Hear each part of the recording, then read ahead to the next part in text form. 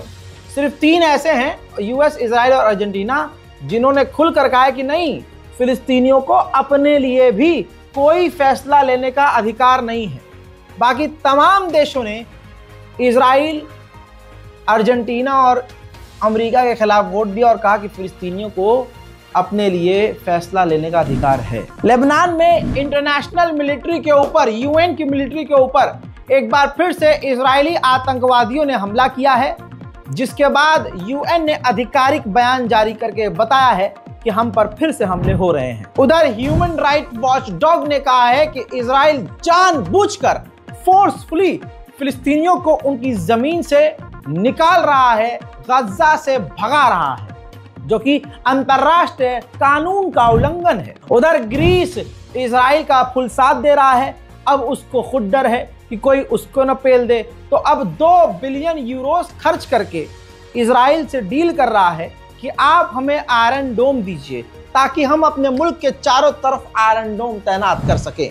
उधर इजराइल ने पूरी ताकत से कुछ ही वक्त पहले तक लेबनान पर खौफनाक हमले किए हैं, जिससे लेबनान में, बैरूत में, लेबनान की राजधानी बैरूत इंटरनेशनल एयरपोर्ट के आसपास का इलाका पूरी तरह से बर्बाद हो गया है। देखिए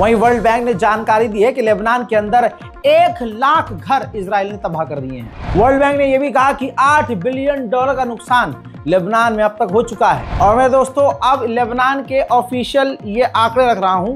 लेबनान में इजराइल के आतंकी हमलों में 3,386 लोग मारे जा चुके हैं, 14,417 लोग बुरी तरह से घायल हैं और लगातार ये आंकड़े बढ़ते जा रहे हैं। बात करें महिलाओं की तो महिलाओं की संख्या और बच्चों की संख्या इसमें ज्यादा है।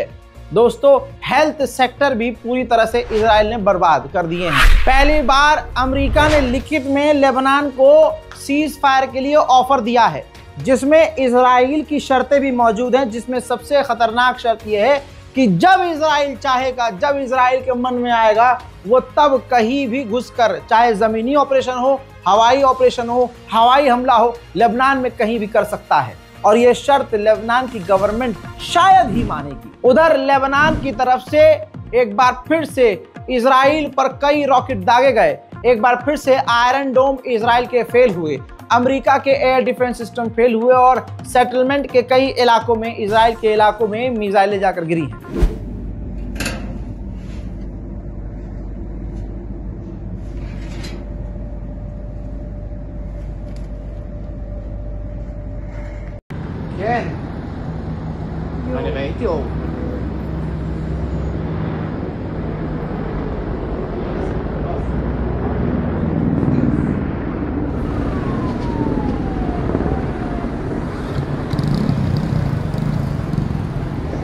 उधर लेबनान में आईडीएफ का एक और जवान जो है हिजबुल्लाह के हाथों वासिले जहन्नम हो गया है। मेरे दोस्तों इस रिपोर्ट को शेयर कीजिए, दुआओं में याद रखिए, चैनल को हमारे रज़ाग्राफी अनस्क्रिप्टेड को सब्सक्राइब कीजिए ताकि आपको दुनिया की तमाम बड़ी खबर, खासकर मिडिल ईस्ट की तमाम जानकारी आसान और सिंपल भाषा में सबूत के साथ मिलती रहे। मैं हूं रज़ा और आप देख रहे थे रज़ाग्राफी अनस्क्रिप्टेड। जय हिंद।